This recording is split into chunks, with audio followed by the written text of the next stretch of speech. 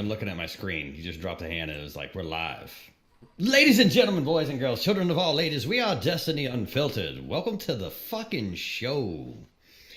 Some quick housekeeping. Sorry about the slow upload of last week's episode. We had technical difficulties due to God and snow. So we didn't get it up on audio until yesterday, I think it was, and I haven't even begun to fix the video, but I'll have that up tomorrow. Hopefully we'll have this episode up quicker, and hopefully you can actually see us in the Twitch stream because, you know, internet. Florida is apparently the same as Australia. Who the fuck knows? But I haven't pissed off anybody this week, so we don't have to do apologies and retractions. I don't think I pissed off anyone last week. It's possible. At me. It's fine. But we have a very special guest with us again this week. I met this gentleman at GuardianCon last year, and we had a time. It was random. But if you don't know who JoPaWrites is, you're doing the internet wrong, ladies and gentlemen. And Ryan is here, of course, as well. Just completely skipped over Ryan. Completely forgot about it. That's fine. It's fine. Unforgettable. I can see his head, and like I just keep looking to the right side of my screen because it's blinding. Neither here nor there. Jopa, who are you, and what do you do in the Destiny community? Tell the people. So, Jopa, thank you guys for having me on. Definitely been looking forward to this. I stream a bit of Destiny, Titan main, of course. So, yeah, I like to horse. I do a little bit of PvP, PvE, a little bit of everything. Yeah, GuardianCon was an absolute blast last year. Just all kinds of shenanigans. So, glad to be on. Glad to be hopping in with you guys. How's your week been, Ryan? Besides the 47 inches of snow that was dumped onto your home and having intermediate internet connections. Oh, God. How'd that work out? Well, yeah, we have been on a roller coaster over the last 7 days where it was literally negative 20 and 2 days later 63 degrees. That sounds awful. Yeah. Oh. Yeah, so you were talking about internet connections. That was all on me.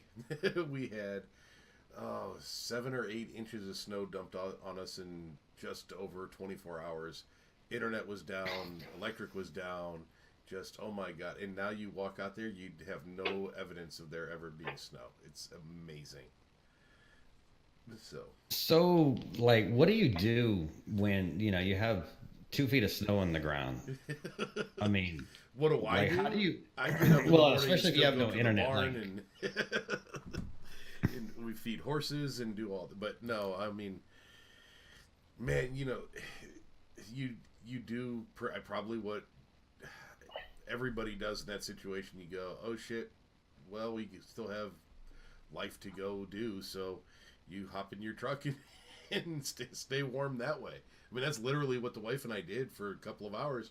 Was we drove around with the heater on just because, like, yeah, power's out, electric's out, you know, everything's done. So screw it, go for a drive. I mean, do you have like a stockpile of whiskey on hand, or like, do you have a Saint Bernard with a little barrel around its neck in case things go wrong? So, I mean, honestly, to be fair, you know, we have a solar powered barn, so we have backups there. So we hang out in the barn a bit and stay warm there.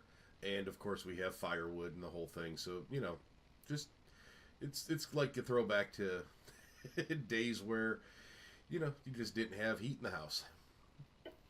Sounds awful. Random bear walks through. Right? No big deal. No, actually, believe it or not, it's one of those days where you feel like, as miserable of a day as it is, you get so much done because you're not constantly connected to that device. You're not checking Twitter. You're not checking, you know, Facebook or, you know, whatever the hell social media thing. It's really not that bad of a day.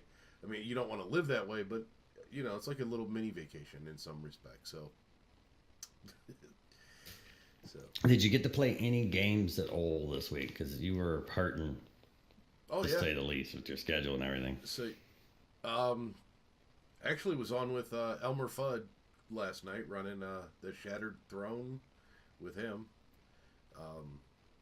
Trying to think, did some of the Anthem crap over the weekend. Oh, I gotta ask you about that. No, you don't. Oh, It's a technical that game. That's gonna be rough. That game is gonna be. It's rough. Launch might not go very well. Gate pissing off EA. I love it. Oh, so. Wow, it's a full blown. It's virtually unplayable. So, I'm probably a little more harsh on it than most people because of what I do with computers and stuff. And since I was building a couple of computers over the weekend, I had some real high-end equipment in here. Was able to play with the technical beta. And I get that it's a beta, and they're saying that a lot of things have been revamped and whatever. But on some very, very high-end hardware, it ran so awful. It's just... You were on PC, right? Yeah, PC. I generally don't play on consoles anymore, so... That's going to come up later. Trust me. I wrote it in. I have insight. We're going to have that discussion. Yeah, everyone that I've seen online has said that it's taken up like max CPU usage. When running it, it's like almost impossible to run unless you like really hardcore modify some settings and stuff like that. So that's, I mean, as a console main, I don't have to worry about that so much. But yeah, that sounds quite rough. It's the other side of this whole coin too is I don't think there's much of a game there. I mean, have either of you guys dove into it? No. I have. I think it's not going to be the next Desitny, the next time-consuming, like life-consuming type of game where every week you're hopping into play. And I am kind of concerned because pretty much every looter shooter like that has had a lack of content issues at launch. As far as like what you can play right away and then spacing out over the first couple months to try to keep people coming back. So I'm very curious to see how they do that. But yeah, I could definitely see it not being as long a game, but it's still going to be, you still get more time into it than the majority of single player games. So in that respect, it's still, you're going to get time enough into it, but it's going to be, might be a little repetitive as well. My question. I'm letting my, go ahead. Go for it. Go. No, I was going to say, I'm just letting the guys run point on it because they all bought it. Oh. So I'll let them go at it for a couple weeks and then I'll make a decision from there. Yeah. My question about Anthem is, what is the hook? When we started in Destiny, we were all coming out of, Halo going, okay, it's Bungie, we trust them, whatever. And as soon as we got in, the first thing everybody said is, beautiful world, and the gunplay is fabulous. That was the hook. And then they had you, the grind and the loot kept popping up and everything, and that was how they got you to keep playing. Better gear, better gear, better gear. Anthem doesn't feel like it has a hook yet. Like, there's just nothing there that makes me go, oh, I want to go back. Like, turning it on, playing for 10, 15, 20 minutes, an hour, shut it off for a little bit to go do something else, I don't have a drive to go back to it at all. There's nothing that got me. I think the hook that they want it to be is the story is supposed to be a little bit better in game because BioWare, so that's what everyone's assuming. And then the customizable like combo power fantasy that they have going on, right? Because the one thing you can do there is in that game is really feel, because there's no PvP, you can feel overpowered with some of the abilities and stuff like that. So I think that's what people are looking for. Again, I don't know sustainability wise if that's going to be something that's replayable. I would imagine they're going to try to make it work, but again, with EA, you never trust them to keep things going long term. So we'll see. I have no faith. I mean, me personally, where I'm at with it, I'm thinking it's going to be like it's going to have an initial launch. It's probably going to be really dull after 90 days. Yeah. And then they're going to have to do some kind of big content drop a few months down the road, and then you'll have a full game. But I'm not invested enough to actually make an informed decision, and I'm talking totally out of my ass. Yeah, I mean, after the Fallout 76 launch, I think anyone would be I'm so glad I didn't get into that. cautious about pre-ordering games like that. Pissed. Especially like Division 2 is one thing because it's a sequel. You pretty much know where you're getting with that one. So if you like the franchise, you'll probably get the second one. But Anthem's so brand new, and with some of the issues, like I enjoyed the gameplay. It was fun. But yeah, long term, I don't know.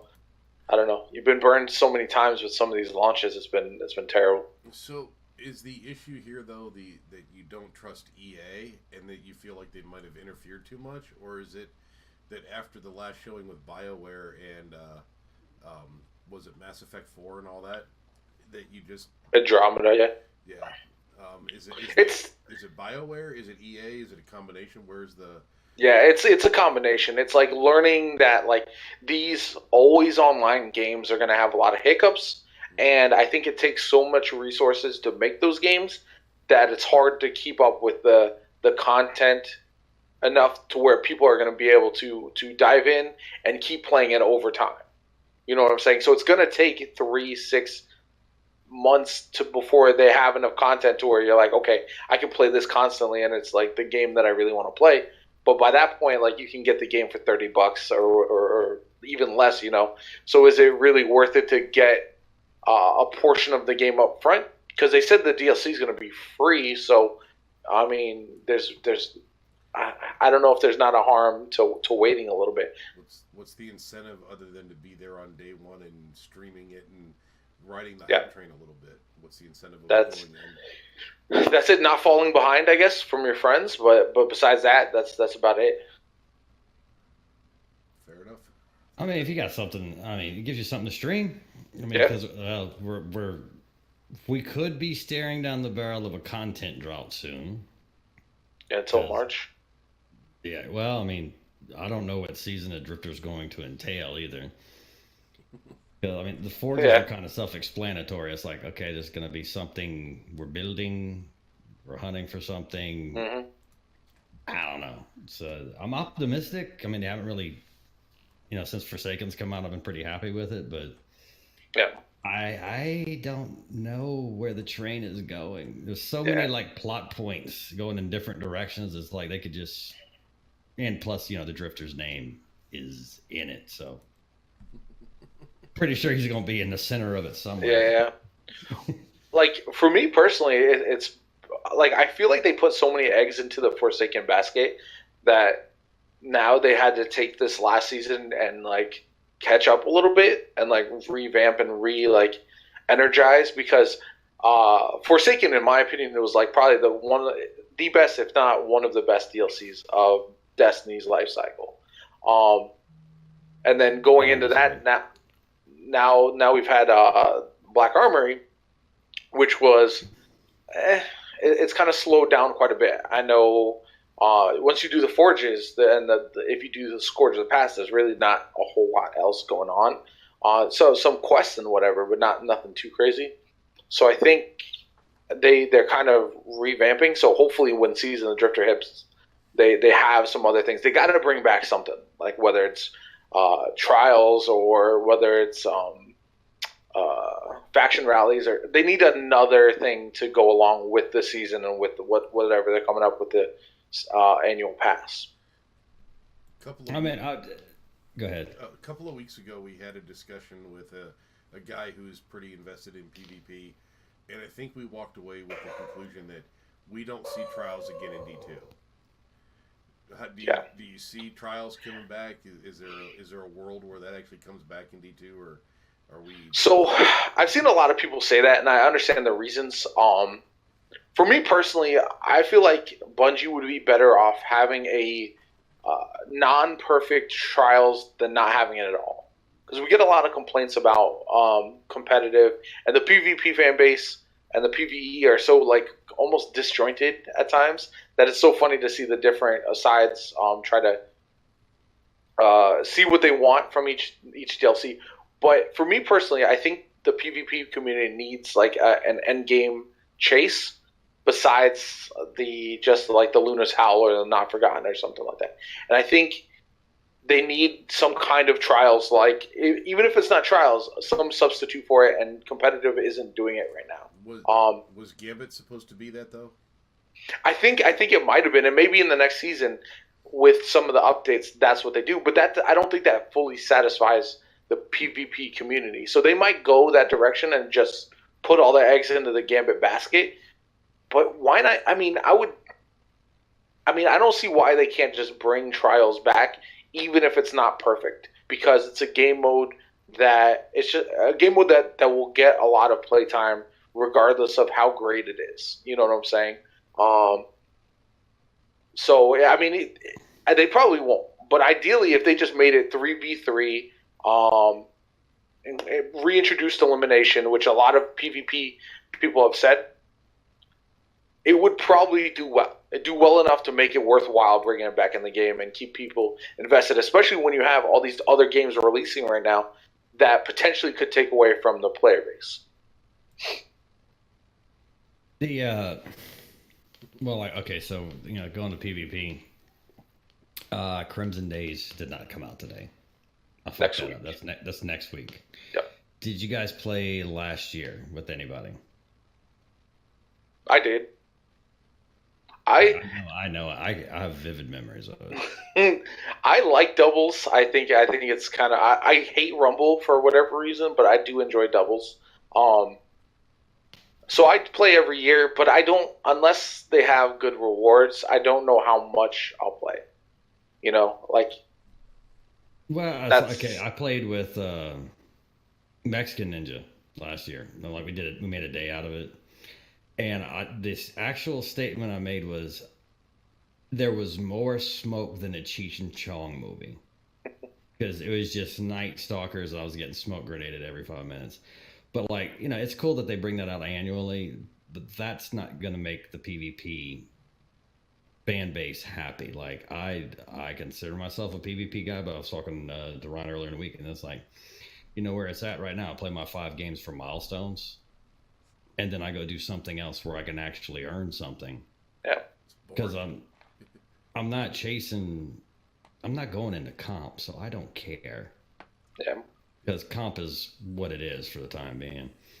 So, I go in and I have my fun if I get bored, if I have nothing to do, but there's fewer and fewer days of me having to, just to kind of veg out and go into PvP and just kick it around like I used to, because there's a lot to do.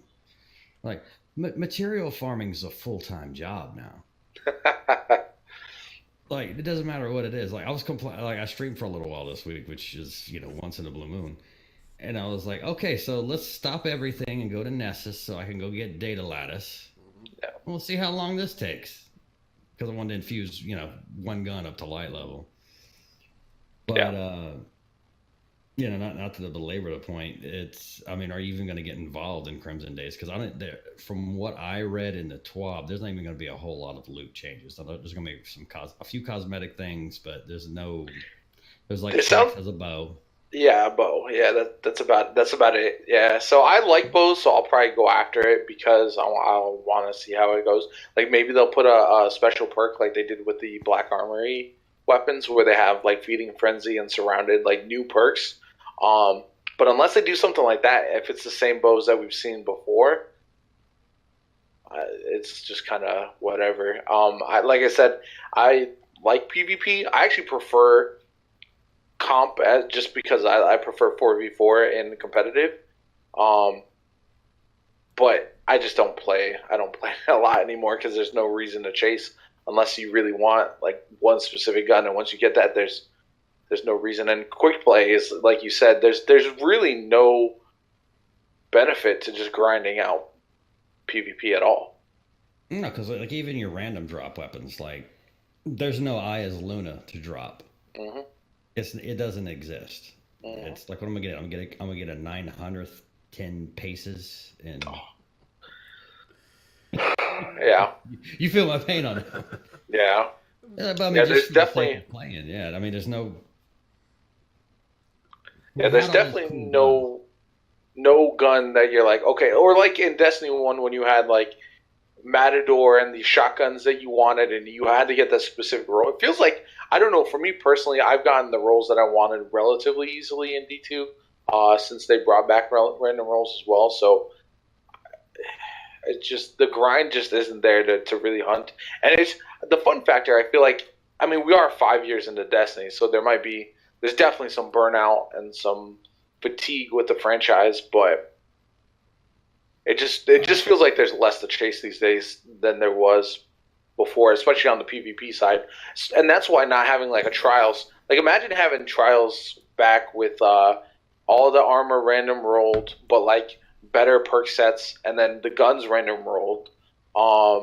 At least then that would give PvP people something to chase, even if it's not a perfect solution, you know? Well, like I really wanted the Trials chess piece, so that's why I endured Trials. I played Trials until I got my chess piece. I got a few guns that I really wanted. I never got, what was the auto, the Doctrine of Passing? Or am I thinking of the wrong gun? That's the wrong, maybe. Yeah, I don't. The Trials auto rifle. Yeah. I never did get that thing. It was like, at a certain point, it was like, I'm never getting it ever, so I'm just not going to play Trials anymore. But I don't think I've ever spoken about this out loud to any sentient human being. Like in my D1 gun collection, I have these really weird guns that I fell in love with that on paper weren't supposed to be good. But you had so many perks. Like I have one auto rifle immediately comes to mind. I call it Mr. Grimm. It was a Grimm Citizen, which was a pretty shit auto rifle. But it had basically the equivalent of Rampage now. And I think it was glass half empty or glass half full, where you got a little bit more damage. But the way that gun worked, I think it had 24 rounds in it. It took like 8 or 9 to kill a Guardian, but you could melt the second guy. So it's like you just get double kill, double kill, double kill. Now, you had to reload after that, so things got weird. But it's like, it was a gun that is shit, except it had these random perks. It had the right scope and it had the right mag in it. So you got this benefit of being a little faster, whatever it was. But it was like, it was a gun that just worked. And I could probably go through DIM right now. It's like, yeah, I kept this hand cannon because it had this. I kept this pulse rifle because it had this. And it was just random shit that worked for me. Yeah. Because we were talking about it the other day. I was like, some days hand cannons don't work for me. It's like I get it together. And it used to happen with me with Eye as Luna all the time. I had a perfect Eye as Luna. And some days you'd go in and it's like it had that weird recoil pattern and I just couldn't get it to line up. And I was like, okay, let's put this away and we're going to pull out this and we'll come back tomorrow and try it again. And you go back the next day and it was like, oh, it's working today. And I personally don't get that feel out of the legendary weapons because we chased the legendaries. We didn't really chase the exotics after a while. Yeah, no, it's true. But even the exotics, and you had like Fatebringer and getting the perfect roll on Fatebringer and those kind of guns that were well known, right? So you'd have those to chase. But you're right that there doesn't feel like, for whatever reason, the secondary weapons, the other weapons that you can chase that just randomly drop from Crucible and whatever, they feel so much worse than like the top tier guns feel great, and the rest of the guns don't. Like there's nothing like that's like underrated that you can be like, okay, I'm gonna take this in. I'm gonna bring this distant relation into the game and just start popping off with that guy. You know what I'm saying? There's no guns like that anymore, and I feel like that's what they're missing is those secondary guns feeling like I went back, like scout rifles feel really good right now, but there's also like 4 scout rifles that feel really good, and the rest of them are still crap since the update. Like, did you try Jade Rabbit? Just to interrupt. I did. I'm not a fan of Jade Rabbit personally. Like, I prefer Polaris Lance and Mida if I was going to use it. I'm gonna have to try. I'm the breaking. I don't know. But people like it for whatever reason. That's one of those guns where I just, whatever reason, I can't hit my shots consistently with it. I don't know if it's the scope or whatever, but I feel atrocious with that gun. I played with it one day just to check it out. And I'm like, because I'm not a huge scout rifle guy. I liked Mida in D1. I broke it out the other day to try it out. And I'm like, I'm going to put this back in the vault. I'm forget it's not your time. It's not your time. Yeah, I've done that a lot. Leave it in the bubble But wrap. Jade Rabbit, I can always like the first time I'm working, I'm like, whoa, this is working for me. Yeah. But that's you get gun feel. Some guns just work better for certain people. It's feel, which is one of the great things about Destiny. Yeah. But Ryan knows none of this. The raid master over here. Oh, see, that's the thing. I feel like, as somebody who loves PVE and PvP, I like I wish there were more guns that were viable all the time. Because I personally like to use as much random. Like, I like when I kill somebody, then be like, what the hell did that guy just kill me with? You know what I'm saying? And or when I'm in a raid, it's like, all right, I'm just gonna use a weird loadout I've never used before. Besides maybe the heavy, because we need the DPS or whatever. But like if I'm running around with a sidearm during Last Wish or something silly like that, just because I don't know, I like to change it up. Things get boring for me if I do the same thing over and over. Whatever. Exactly. So, but there just doesn't feel like enough guns that are chaseable that I'm like, okay, let me try this gun out. Oh wait, this gun literally doesn't kill anything. Can't put that one away. So it's just, I think that's the hardest thing with Destiny right now is there's so much of that. I don't know the numbers, like how many guns were available in D1 versus D2, but it definitely feels like there's less guns in D2 from the sense of anything that's interesting. Like there's a whole bunch of shit piled up over here that nobody cares about, and then there's this tiny little pile where in D1 it felt like anything felt at least semi-viable. You could at least go and have fun with it. I mean, there's a few duds, but not near what it feels like in D2. Yeah. I miss having the faction vendors every week, and they would sell different weapons. Mm-hmm. And it's like if somebody had something really good, you had to defect from your faction and join that faction so you could buy it. Yeah. But it was cool. It's like, and unfortunately, like the Wormwood came out of this. But that's something we won't speak of. But you used to watch. I used to watch. I think I used to watch Mesa. To be honest with you, every week he'd come out and he would do role reviews and Acrocross. And it was like, and they didn't always agree with it. I was like, okay, so this gun's pretty interesting. This gun's really good. This gun's monstrous. You need to go get this. Well, when you're rolling 3 characters, you could do that. When you're rolling a Titan and you are the lone Titan, it's like, okay, which one do I pick? And that gun may never come around again with those rolls on it. Yeah. But at the very least, it was like something to look forward to, like every reset. It was just, and you gained experience the whole time you were playing. There was no tokens, and I miss that. I miss like you have all these vendors, and it's like what's the name? Devrin's never going to give me anything interesting. No. Yeah, Destiny 2 definitely feels like there's a lot more wasted things in the game, whether it's vendors, whether it's like obviously the Curse of Osiris DLC is the perfect example of that, with the Infinite Forest and what kind of like non-existent place that is.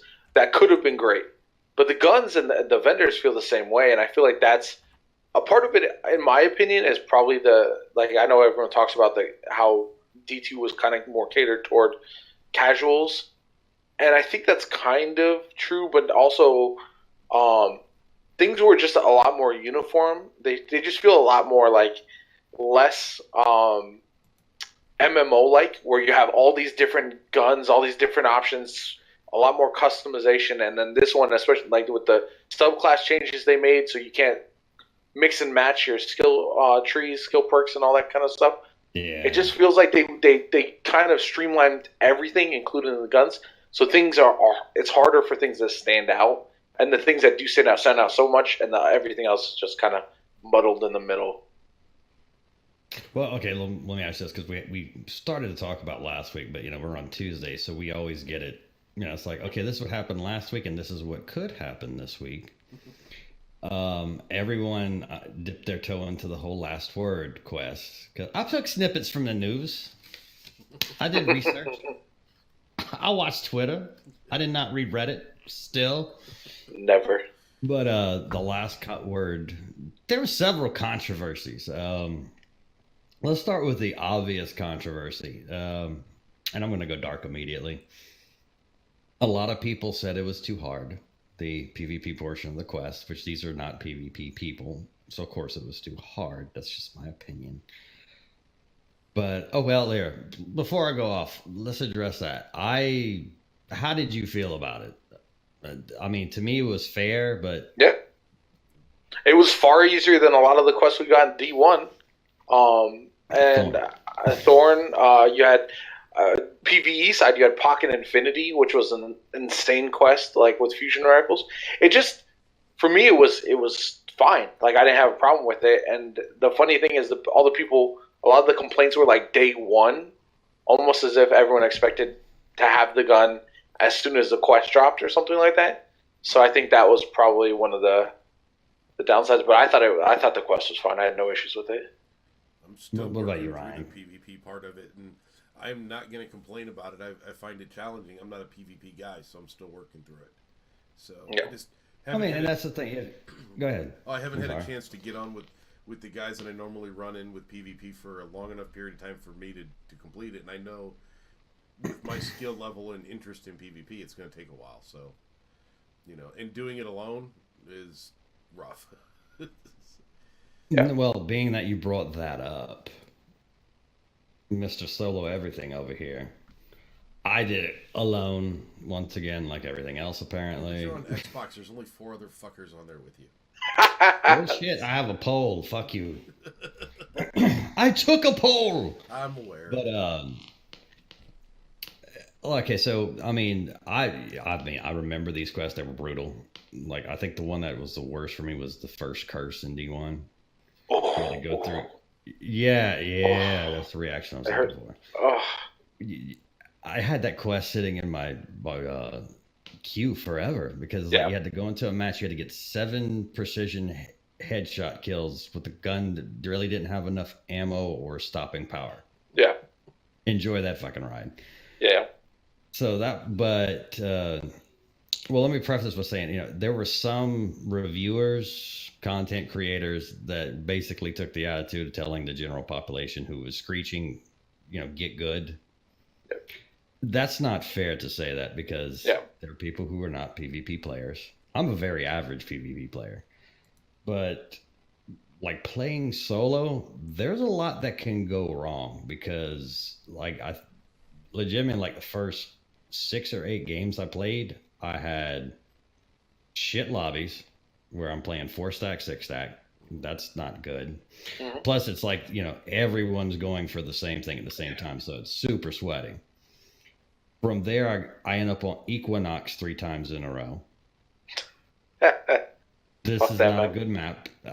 No one, if you like Equinox, please send me a tweet and let me know. I will not make fun of you. I promise. I just want to know if there's anyone that actually likes that map.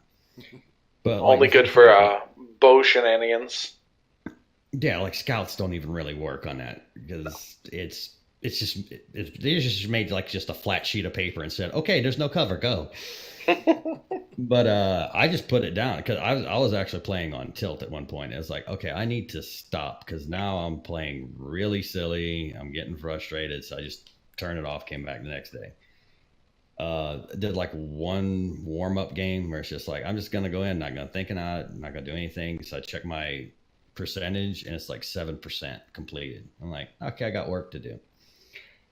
I switched to a Sentinel Titan with the Doomfang Pauldron's throws. So I was throwing shields everywhere. Yeah. Oh, no, wait, no. That's how I finished the yen when I had to get the medals. I put on Juggernaut and played my way. I'm sorry. And literally ran around like a maniac with a hand cannon and a shotgun. And shoulder charged everything. And I was done in 3 games. Because I had... not saying anything bad about people who make guys. It was like, well, play really defensively, and you got to think about it. You lose 1% if you die, you get 2 for a kill, and I don't play defensively. So my whole first day was thrown out the window because I'm not playing like myself. Yeah. I also got better maps, better lobbies, and there was no blowouts. It wasn't like we mercied anybody. I had actual games, but you can't control lobbies. Now, if you're going in with your own team of 3, 4, 5, yeah, you're gonna have an advantage because you have comms. Yep. which I guarantee you half the guys who were telling the Destiny community get good were not solo players. There may have been a few of them, but I'm pretty sure if they were going in there, I would hope they would have a better attitude than that. But Yeah, I think that was my whole thing. I was just like, so. As far as the actual quest goes, I think one of the downsides is everyone jumped in right away, and PvP people are the ones that are most looking forward to this gun.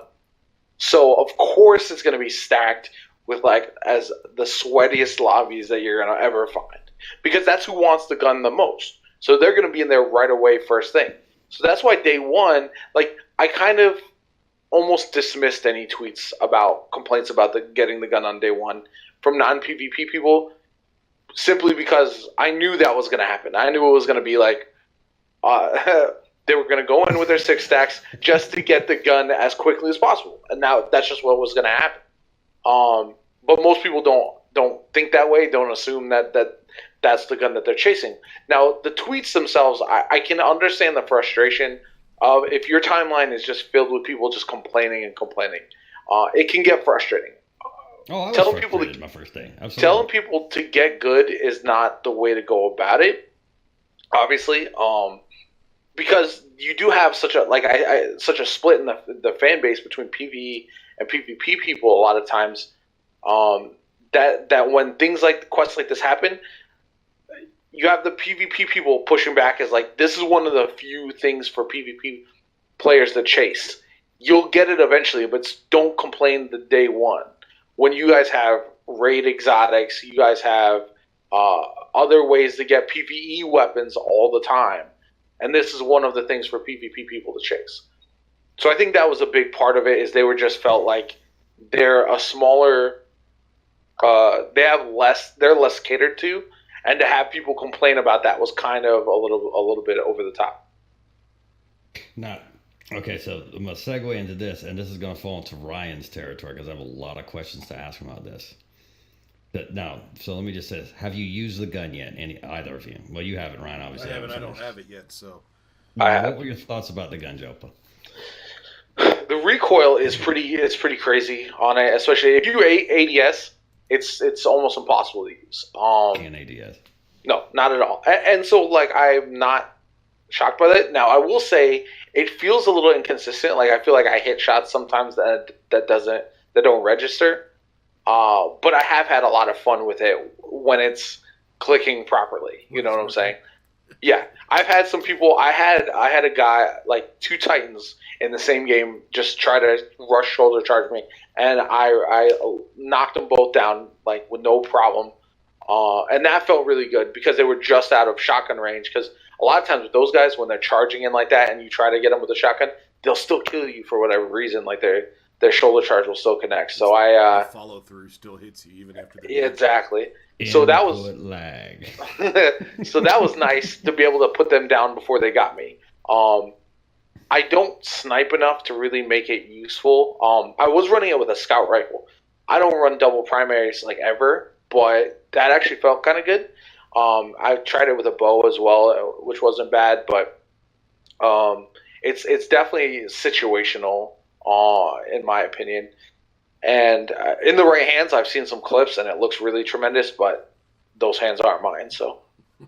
Well, this is what I was going to say. I had questions for Ryan. So I did some research. So I watched some reviews of people who are way better at PvP than me.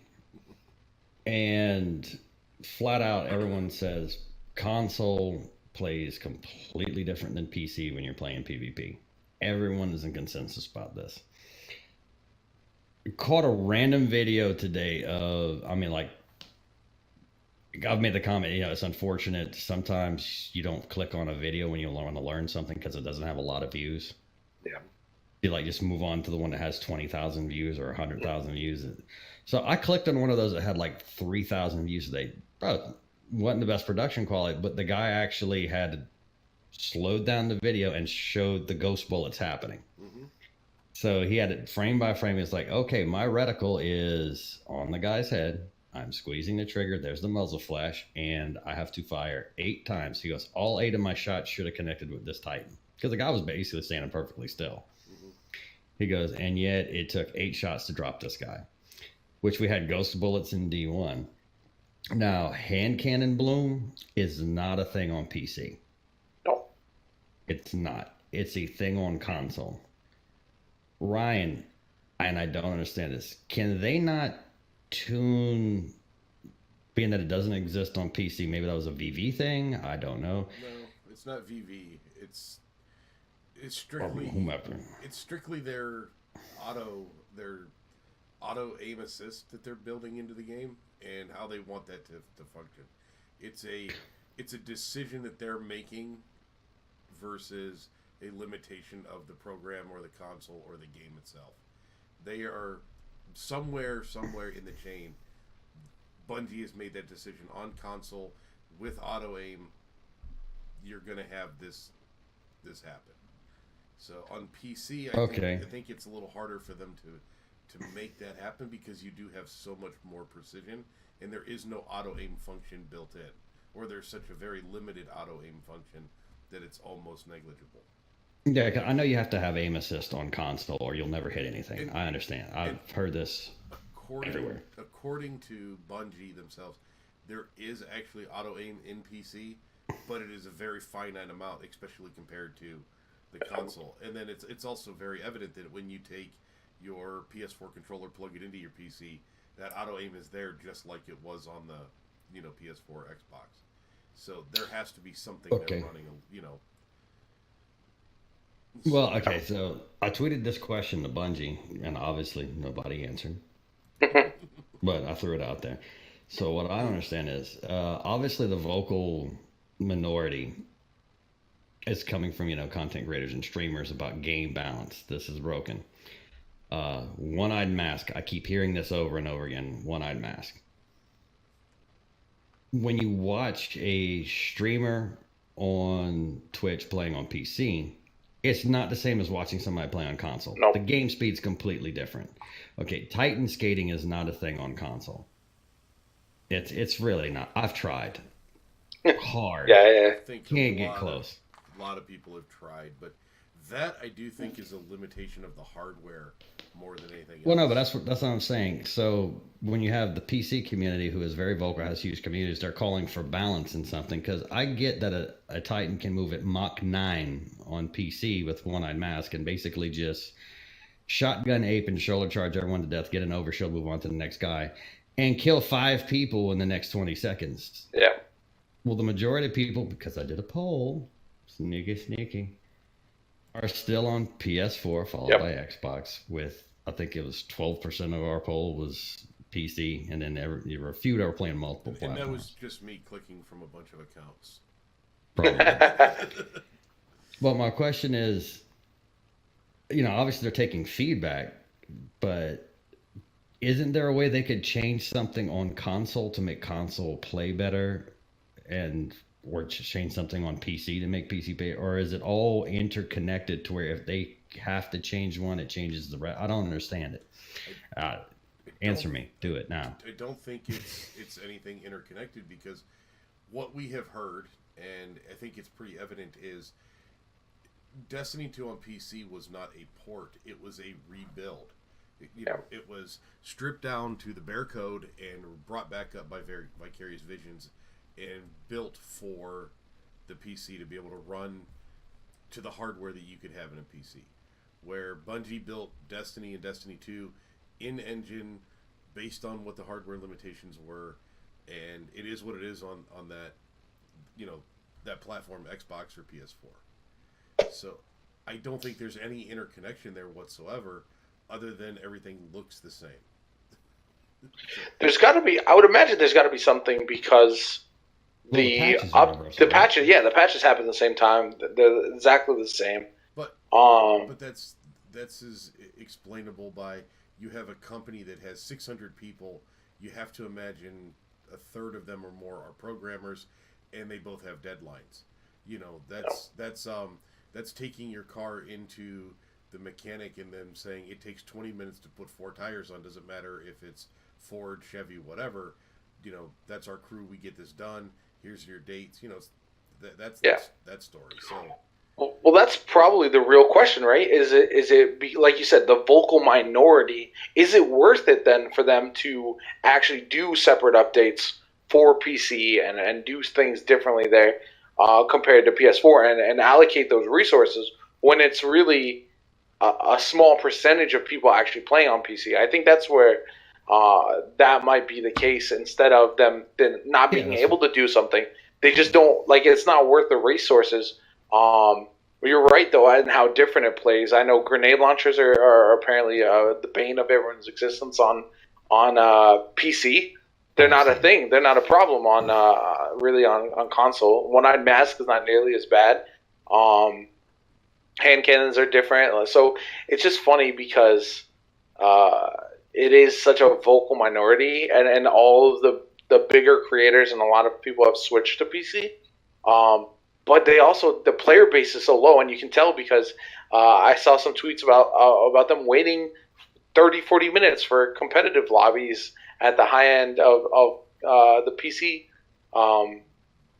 PvP scene, or they have to play the same people over and over again because it's such a limited amount of people playing at any one time. So it just might not be worth it, unfortunately. It's at the end of the day, Bungie's a business, and are they going to put a big team towards revamping PvP on PC when you only have less than 10% of the base playing? I think what it does is it says PS4 is the most popular console, so we build for that first. Then we branch out and take care of everything else. There might be some, little things that we have to change for the Xbox, but not a big deal. And then we go over to the PC and worry about that.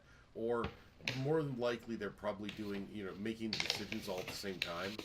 But there's so much more information to bring in from PC because you got to remember, just because you're on PC doesn't mean everybody has an equal PC. I don't build the exact same PC every day. I put out one that has very high-end processor with a shitty graphics card a lot of times, or vice versa. Just because it's what people are calling and ordering.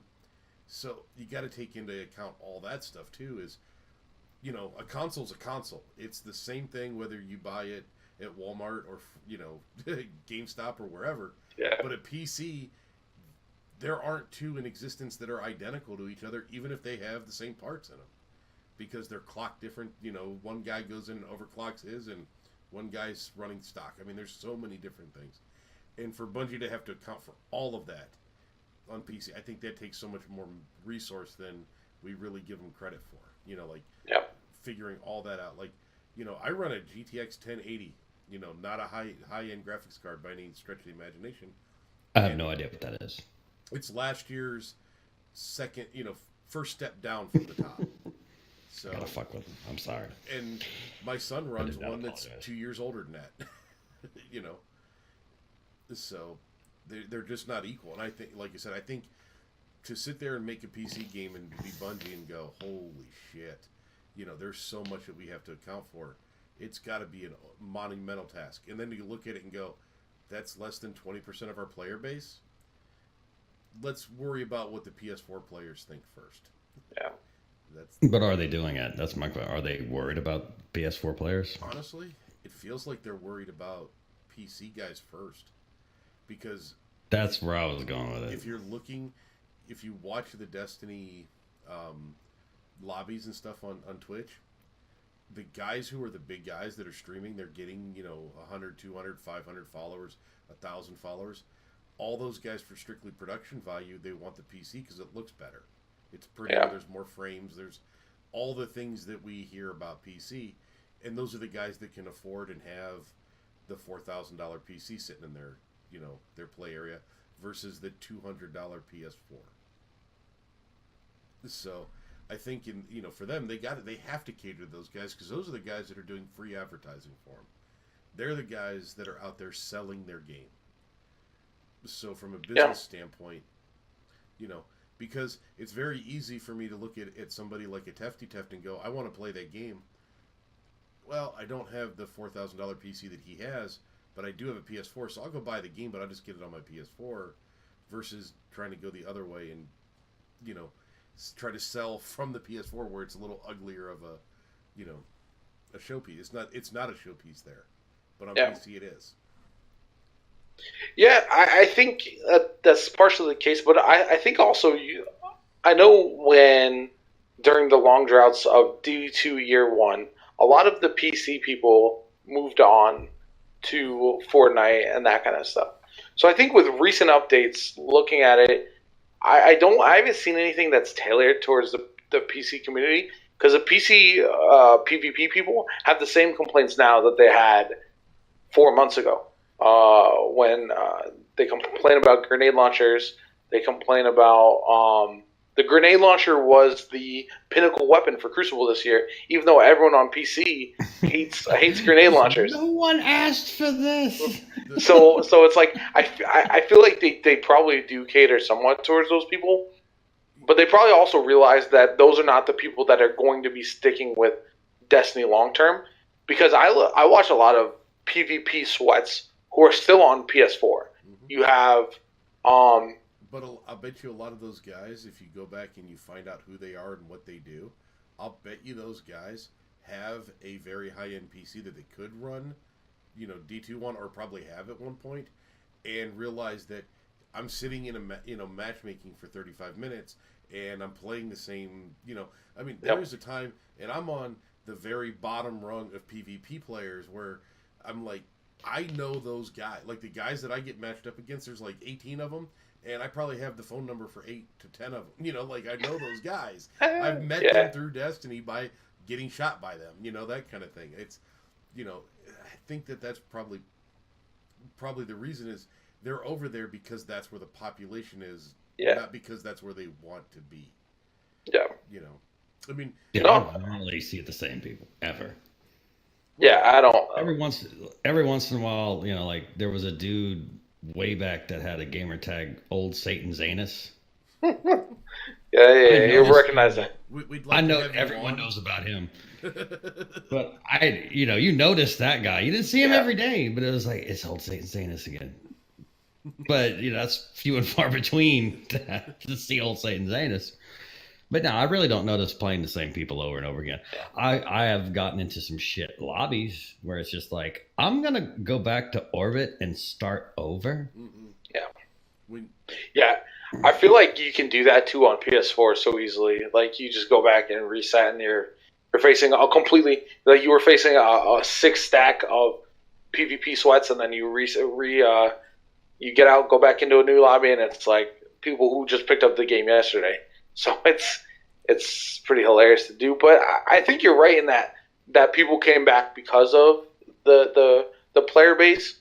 But that's why I don't see Bungie ever fully catering towards the PC crowd, even though they seem to be the loudest a lot of times and the most visible, because of the fact that there's just such small portion of the base. Like, How could you do that? Yeah, I'll bet you though, if we have a different situation, if you remember how D2 launched, it was delayed on PC by about a month compared to the console launch.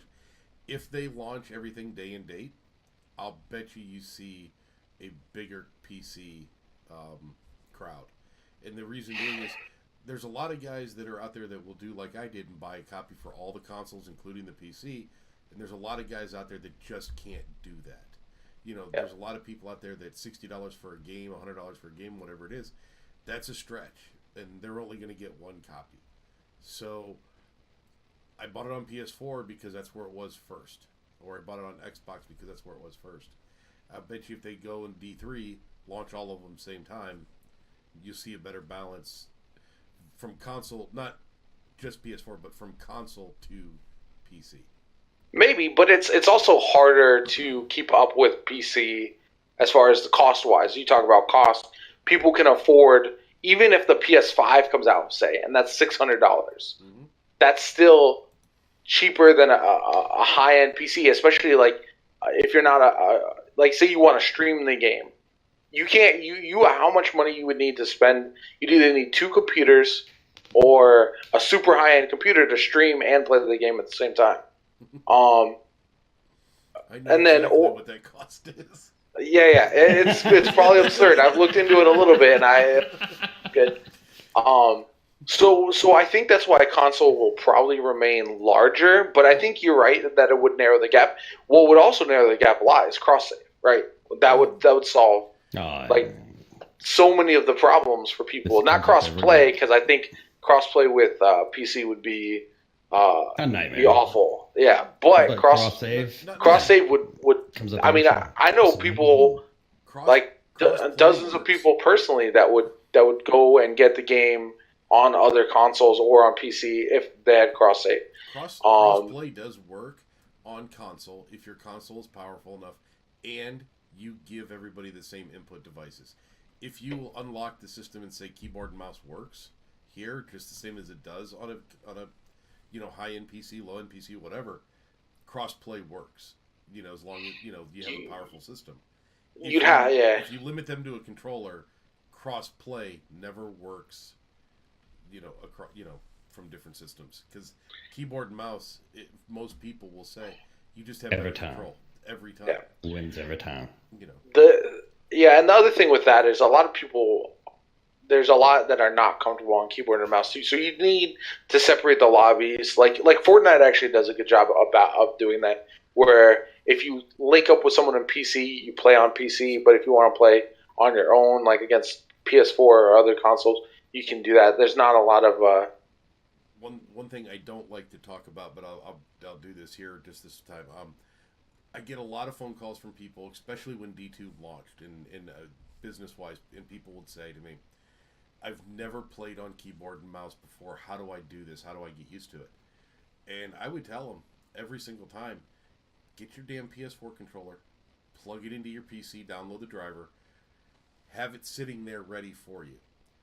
Put the keyboard and mouse in your hand, play with it until you started to feel like your hands, you couldn't do it. Grab your controller, switch over, give yourself a break, a mental break, and start training yourself to using, the keyboard and mouse instead of just going in and saying, "Oh, this, I'm gonna just do this now." Well, if you've been playing on Xbox for 10 years, that's gonna be more comfortable than a keyboard and mouse. If you've been playing on PS4, that controller is what feels natural.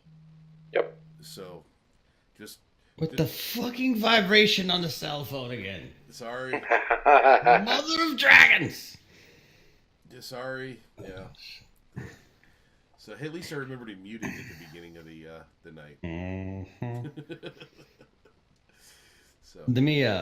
Okay. So I went philosophical, and this is our last point. So I always throw this little list of shit I'd like to talk about together at the last minute, for those of you who haven't picked up on that yet.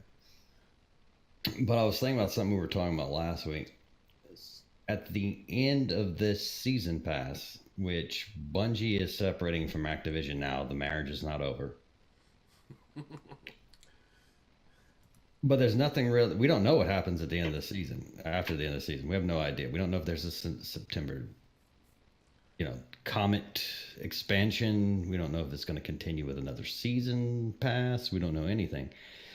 And we were talking about. I can't remember. It was last week. It was 2 weeks ago with Dakota.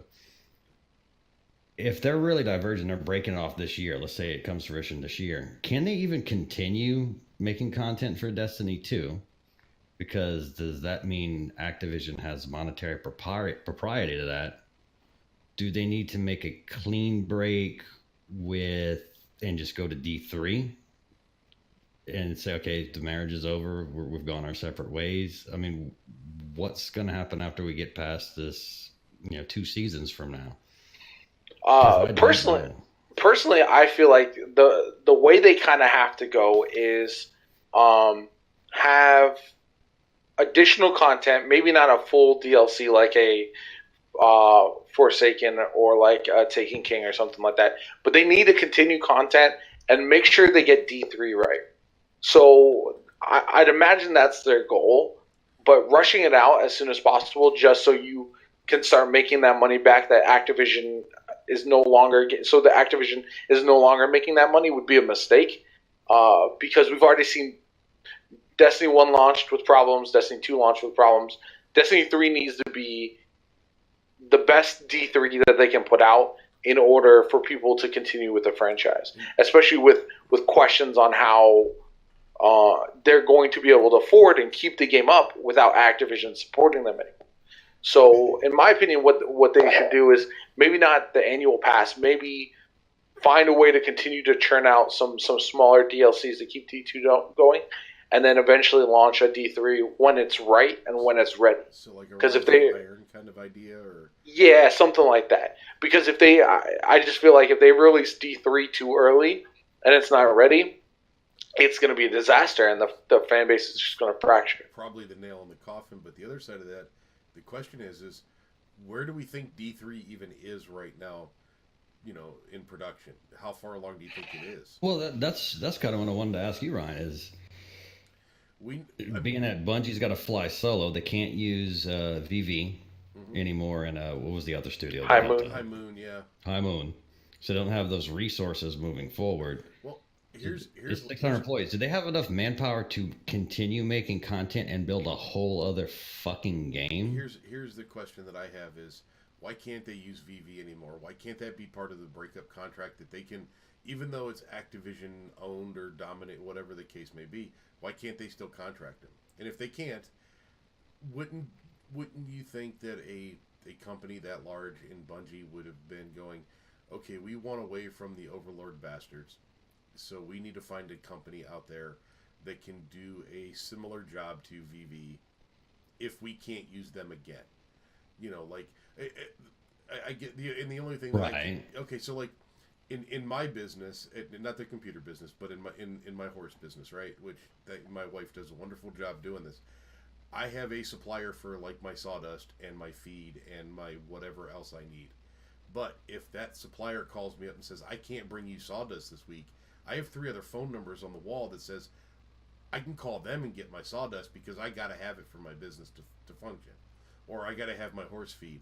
And, you know, I may pay a little bit more to get it. Yeah, I get it. But I get that, you know, so Bungie being Bungie, they've got to have a phone number on the wall, on a Post-it note on their monitor, wherever, that says, yeah, I got to call this asshole if the other asshole can't show up, you know. Yeah. I'd imagine the first thing they did when the split up was being worked on was set the roadmap and figure out how they're going to do it, right? Who knows what their vision is, what they have the funding for, but my guess is they did, that was one of the first things they did. They celebrate, drink a couple beers, take a couple shots, and then go find and then go find whatever they need to keep it going, because they can't abandon D2 and they can't rush D3. So bridging that gap is going to be the hard thing that they need to figure out. And I do think there's going to be content gaps. I do think there's going to be droughts that, like we've seen over the course of time, and it's just, I think, a part of what's going to happen. And Bungie is but if that allows D3 to be better, then that's what they have to do. Bungie is notorious for also starting a project, getting halfway through it, not liking it, blowing it up, and start over. So we've seen that history. So that's the thing. Yeah, no, that's the thing. But here's another question to keep in the back of your mind too.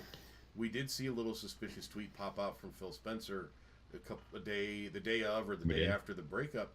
Yep. And whether or not, you know, Bungie goes back into being owned by Microsoft or whatever, that doesn't mean Microsoft wouldn't be a resource to help them with PC. I mean, for fuck's sake, they build Windows. And they have game studios.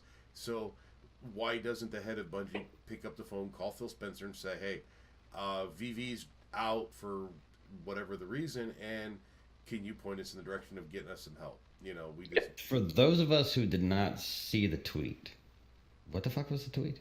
Because I have no idea. Phil Spencer just said something along the lines, and I'm not quoting him, it was in the context of looking forward to working with you down the road or something like that. Yeah. It was more. That would probably fix a couple things. It's more congratulations on becoming independent again. Phil Spencer is a big lover of D2, so he probably doesn't like Activision in the sense of being involved in D2. He probably loves them great for the rest of the business, but as a Destiny fan, he's probably like everybody else, go fuck yourself, you know, Activision. So. And also ending the exclusivity with some of the PS4 exclusive stuff, I would imagine that would be high on his list as well. Maybe that's part of the trade and helping them out for with the PC end of it or the Xbox end of it. So I think that's a good point. It seems like Bungie's well liked within the various communities, and so they'll have support. They just, again, it's so difficult to know what's going to happen without getting inside information from people at Bungie. But I think they have the opportunity to build a game they want to make without any interference. How good or bad that is up to be seen in the futures. Now, do you think they should, probably answer some of these questions soon? Like, maybe not tell us what's coming, but say stuff is coming, or is it? I would imagine they've been so much better about communication, and in the last 4 or 6 months or whatever. I feel like they need to give indications on what's happening. Although we saw with the Apex Legends launch, sometimes waiting and then just launching something when it's ready, maybe not launching something, but announcing something when it's closer to time, you have less time to, you have the Anthem demo that was kind of a disaster at times, but instead you have this other game that comes out and is very fluid because it was unexpected, and nobody was really gearing up for it, but it drops and it was super successful right away.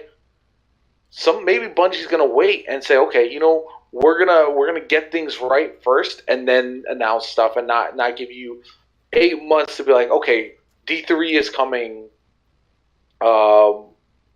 but we have this, and this going on, and give everyone time to kind of be like, all right, what? Like the annual pass, I think the hard part is we see everything coming. Where are all the surprises going to come from? Where's the excitement going to come from besides knowing that Thorn is coming or anything like that, So they could handle it any number of ways. Please don't be your one Thorn. Please don't be your one. Oh my God. One thing we know that Bungie needs to get better at, though, is managing expectations. Yep. Because they have 100%. So it would make more sense for them to sit back a little bit until they know exactly where they're going and what's happening, than coming out making a bunch of promises, which is what Luke Smith is really good at. Making a bunch of promises, saying half statements, letting people start drawing their own conclusions. Yep. They need to manage that up front and say, nope, this is what's happening, but don't do it until you actually have that game plan in place. And also, not only the game plan, but know that you have the ability to make that happen. You have the right resources in it, Just don't give Luke Smith a microphone; it'll be fine. Yeah. It would not be the worst thing in the world if after this annual pass there was a bit of a slower content roll and D2 wasn't as popular. If they're going to go all in on D3, so if they say that, if they say that though, if they say, listen, there's going to be less coming out in 2020. But that's so we can make sure D3 is right, I think the fans will understand. But if they say 2020 is going to be another great Destiny year and they have crap DLCs coming out, there's going to be a lot of burned bridges there. So you're right. The managing expectations is going to be the most important thing for them. Yes, but there's another question there too. Is it better to let it go a little dormant and then do a big relaunch? Or is it better to ride the wave that you currently have going? And that's what Bungie has to figure out. Because right now, there's a wave of Destiny, whatever it is, and they're riding it right now. If they go radio silent, that wave kind of slows down or stops.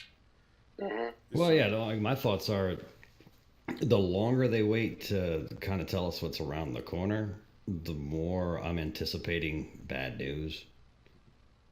Because just me being who I am and completely skeptical of all human beings in general, I'm just like, okay, so if there is going to be a big content round, there's not going to be a September DLC.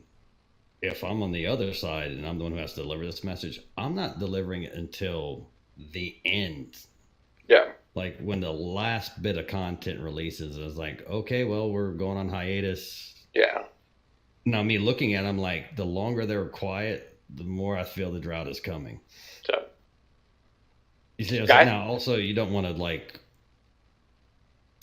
give everybody everything right now, and all because there's still stuff coming out. So it's a double-edged sword. I think we'll find out over the summer where it's going. Like, I think we'll get very good indication, because that season is the season of the redacted or the unknown or whatever. That one's going to be leading so far into the next year that if they don't start hyping things up during that season, we know there's not going to be a big, huge DLC coming. Like, that'll be I think by not knowing, we'll know, if that makes sense. So, but wouldn't it make sense though to think that, okay, they've probably been working on the Activision breakup for a while. They've given us this roadmap starting back last year or whatever it was when they started giving us the roadmap. Whatever the roadmap is that they've given us is not the roadmap that's hanging up in their office. Yeah. They've got it planned out a year and a half, 2 years longer than what we are seeing right now. We're getting it's like the wall from a dude with It's Sunny in Philadelphia. I don't know the reference. All the strings and shit. Yeah. But, they're giving us this much, but there's this much going on there. And whether or not Activision is involved and maybe this changes a little bit, I'll bet you whatever was there is still the way that they function all the way up until D3. I'll bet you that plan is already laid out. It may be a little slower. It may be, there are a million different maybes because Activision's not involved anymore, whatever. But I'll bet you we see the same cadence that they already had planned for the most part right up until D3. Yeah. And the benefit they do have is I think Vicarious is still working on Season of the Drifter.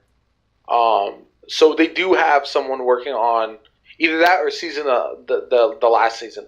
They're working on one of the pieces already. I think they just did theirs. I think they said something about Vicarious Vision's swan song was or is. I can't remember. It is. It's one of the next 2 seasons. Mm-hmm. I think they that's why I think it's the Season of the Drifter, because I think they just wrapped up working on it and everything's like finalized now. Okay. So that also gives them a little bit of time to internally get the last season ready, and then potentially get something else ready for September. That'll roll into the next year. So we'll see. God, I just want to have the hope that they are better prepared for this going. It can't be worse than the Anthem launch. It'll be fine. You say that. I had to say something. You say that, but there is the. This has been like our most laid back and quasi intellectual show we've ever done. We're not thinkers here, by the way. But we're not pissed off at anybody. There's no news this week, really. Fuck IGN. How's that?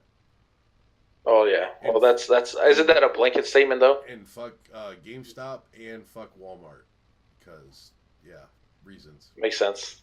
Yeah. Walmart. Dude, I was in Walmart. I was in Walmart today, walking through the store, and I get that I'm going to retail, so I have certain expectations. But I'm in the grocery section of Walmart first, and there's this booth set up that. Do you see where you've gone wrong? Yes, but there's a booth set up that looks like a sample booth, but as you walk by, they start talking to you about your TV choices, right? So they're trying to sell you DirecTV, not through Walmart. Just DirecTV is set up in the grocery section, trying to sell you DirecTV. And as I very cautiously told the guy to go fuck himself, because I'm not there to buy television, I'm there for bananas. I hear this guy get on the radio and go, "Not a buyer wearing a black shirt." And I walk past the electronics department. What? There's another booth set up in this Walmart. And it's another DirecTV guy. And what they do is they're set up around the outside of that lane that Walmart has built now. So you walk from one section to the next, and they're talking to each other. And so as I very politely told that guy to fuck off, because I wasn't into buying television, I happened to be walking towards the front of the store and bumped into the third DirecTV booth. And I overheard, "Black shirt, bald, not a buyer." They have that. They have that down here in Sam's Club. We did And, that at Sam's yeah. Club here too. Yeah. Oh yeah, no, but if you enter Sam's Club, you're on their turf. You expect Yeah. that. Sam's Club is That's a whole another world, beast bro. entirely. But yeah, see Like that at Costco, Walmart. like It's buckle all. up. So when I was a lot younger, I actually interviewed for one of those director TV jobs. Obviously did not take it because it sounded awful.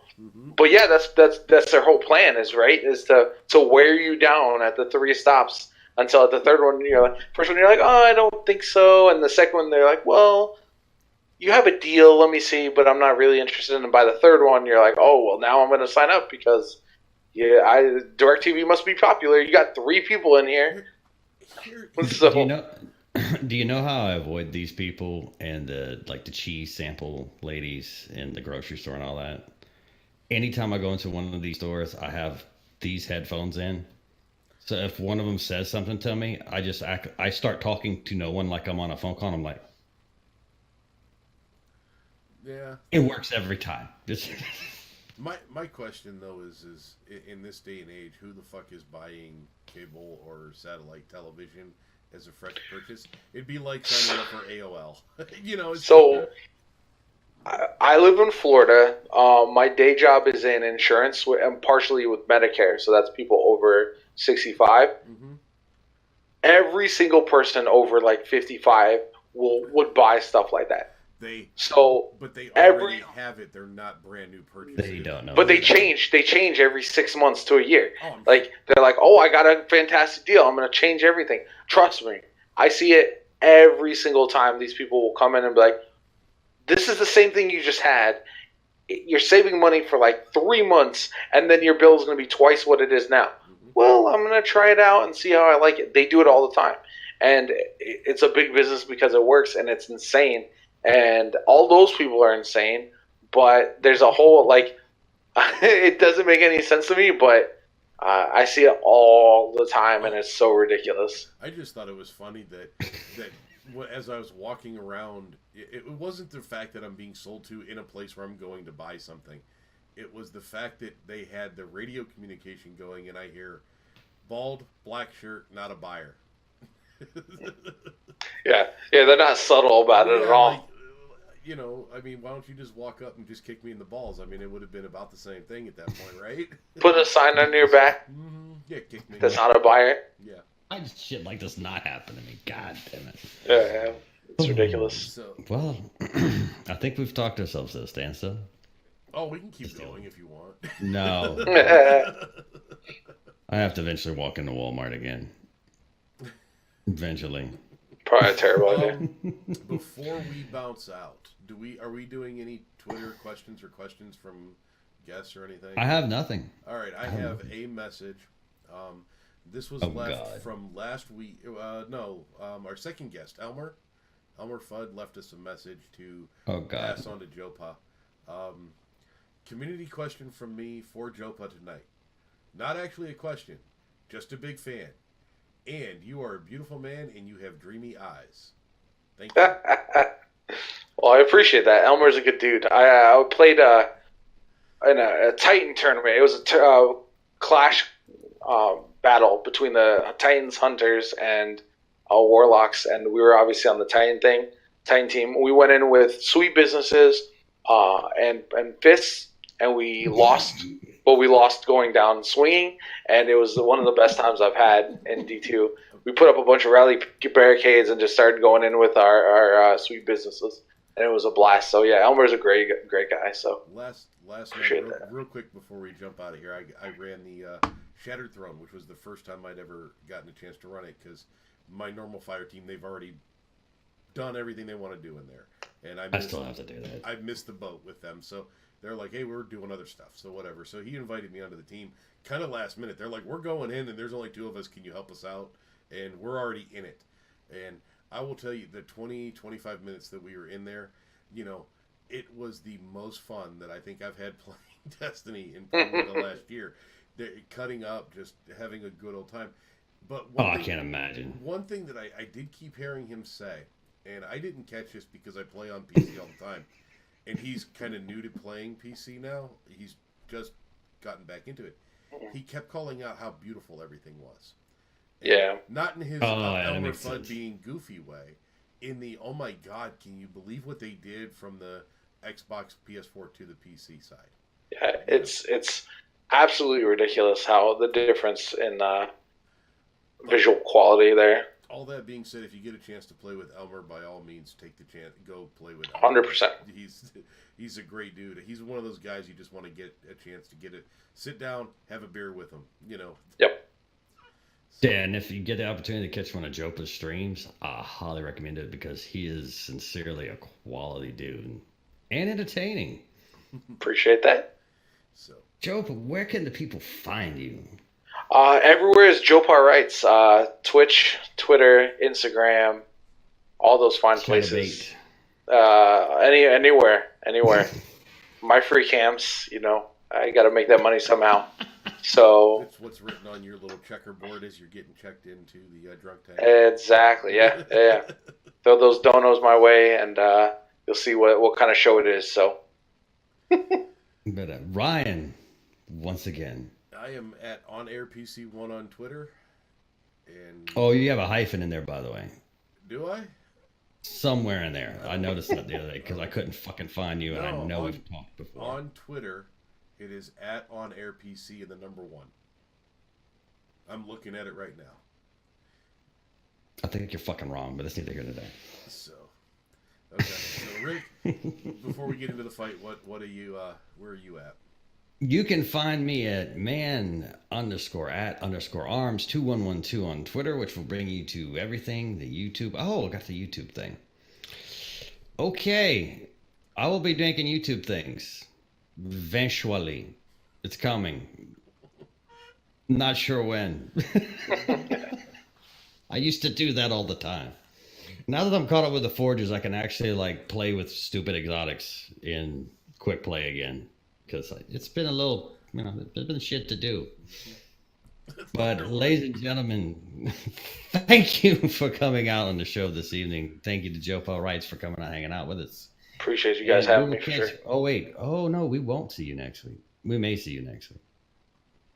We may not be on next week, or we may pre-record an episode with some guests from the UK and air that. We don't know. So... question marks. Follow us on the Twitters to find out. And if not for that reason, just for mildly offensive gifts randomly throughout the course of the day. It will happen.